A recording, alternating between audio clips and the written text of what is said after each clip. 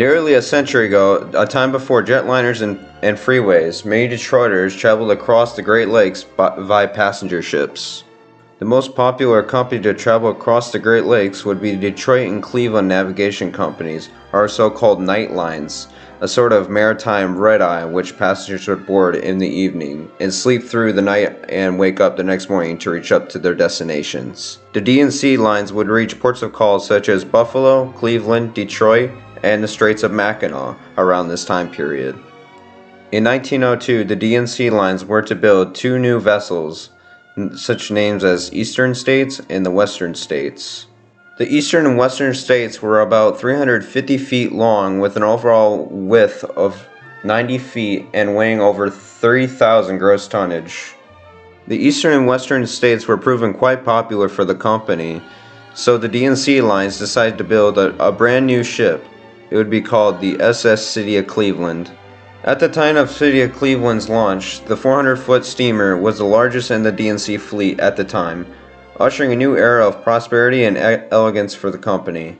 She was designed to carry 4,500 passengers, with sleeping accommodations for only 1,500. City of Cleveland's interiors were very luxurious for her time.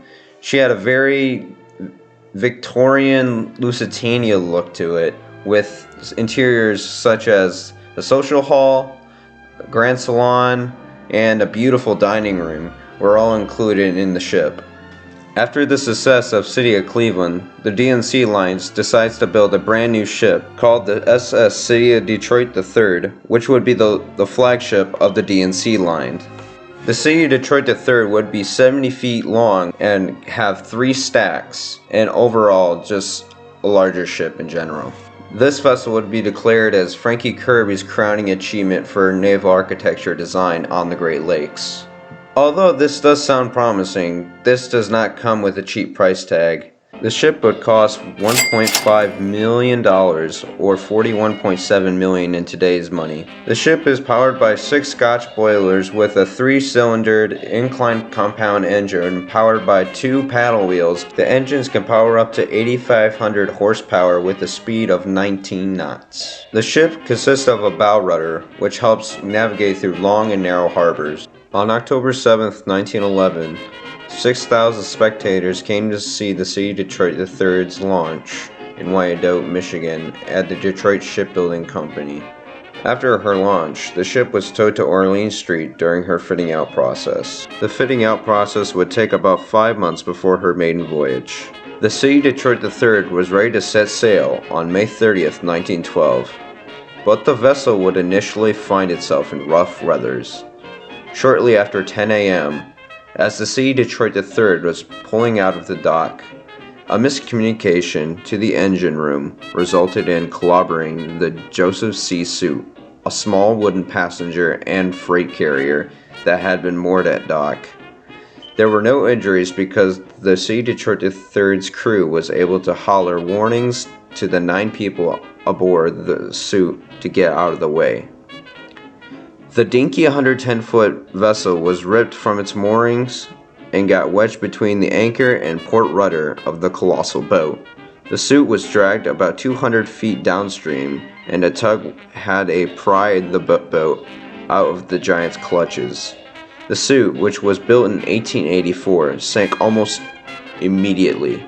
Understandably, a Mammoth Marble's arrival was delayed a bit, and it didn't pull in until shortly after 6:15 p.m. The rest of the vessel's voyage, however, would prove to be smooth sailing. Not only did the size of the City of Detroit III impress all Detroiters, it was also a looker on the inside. Consider it to be the ultimate of elegance, style, and comfort. The City of Detroit III offered the type of luxury usually reserved for ocean liners. While Frankie Kirby designed the ship's exteriors, its sumptuous interiors were designed by Louis O. Keel. He and Kirby were something of a team, worked together on many of the sidewheelers that cruised the Great Lakes. The D3 proved to be Keel's masterpiece as well, and the center of the masterpiece of his oriented Gothic room.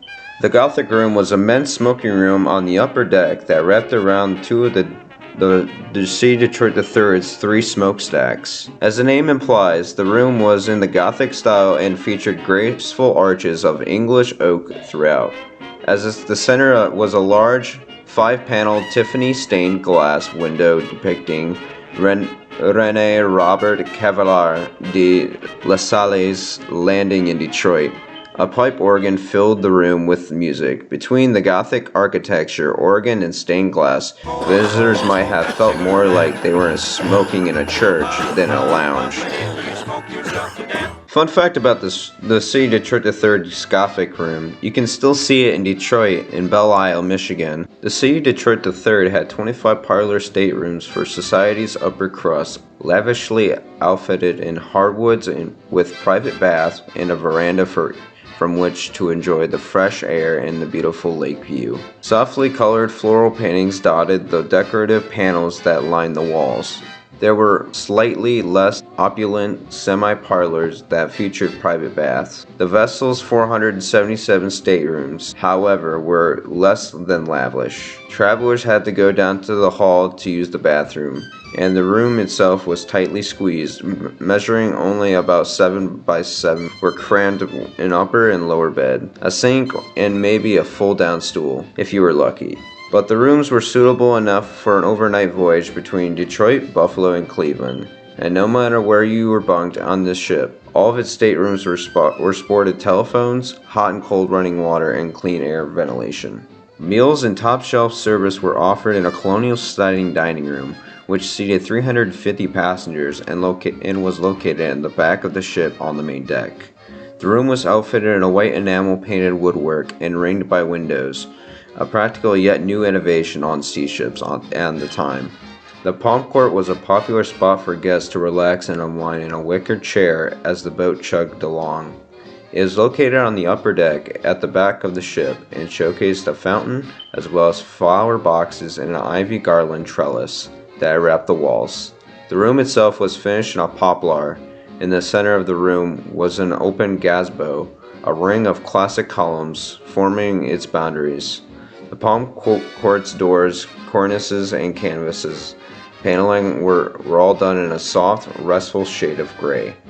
The dome was soared over the palm court's light was full of leaded glass. During the 1920s, they built a new pair of ships, the Greater Detroit and the Greater Buffalo. Built in 1924, based on Frankie Kirby's design for the C. Detroit III, the Greaters cost $3.5 million each, or about $42 million due to inflation, were the largest paddle steamers ever constructed. With the rise of the automotive industry, the D&C Lines scaled back a number of their voyages, as canceled them as well. As soon as the Great Depression hit, the D&C Line almost lost $2.8 million from 1930 to 1935, or about $42 million in today's currency. This financial loss would force the D&C Lines to lay up a majority of their ships. During World War II, the rationing of gas ended up giving the company a little boost of help, as more people relied on steamers for their vacation getaways.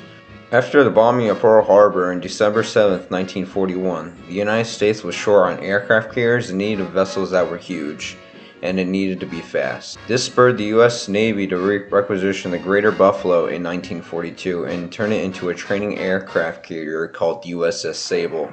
Losing the ship unbalanced the fleet, adding logistical problems with routes with the loss of the Greater Buffalo, put the C. Detroit III back on the Buffalo route. In 1948, president of the D&C Line, George T. Kulowich, envisioned the D&C Lines to be more of a freight business more than a passenger service. But the paddle wheelers were getting so expensive at the time because of high labor and maintenance costs and fuel as well.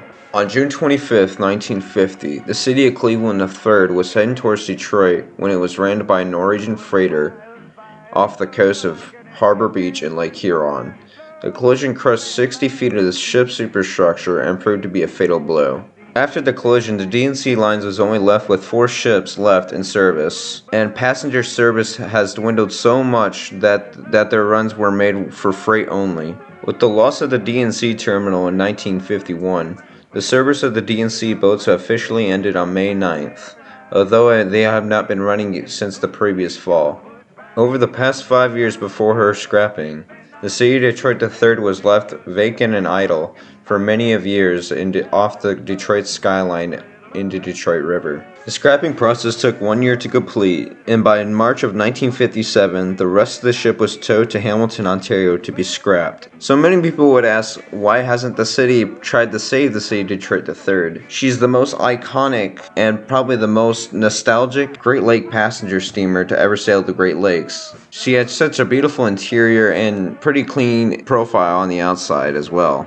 I would have loved to see the city of Detroit III preserved as a museum ship or a floating hotel as such, but time and maintenance would have been an issue and also of cost. But the only room that we can see on the ship right now is the Gothic room, preserved in the Dawson's Great Lake Museum, which you can view right now in Detroit, Michigan.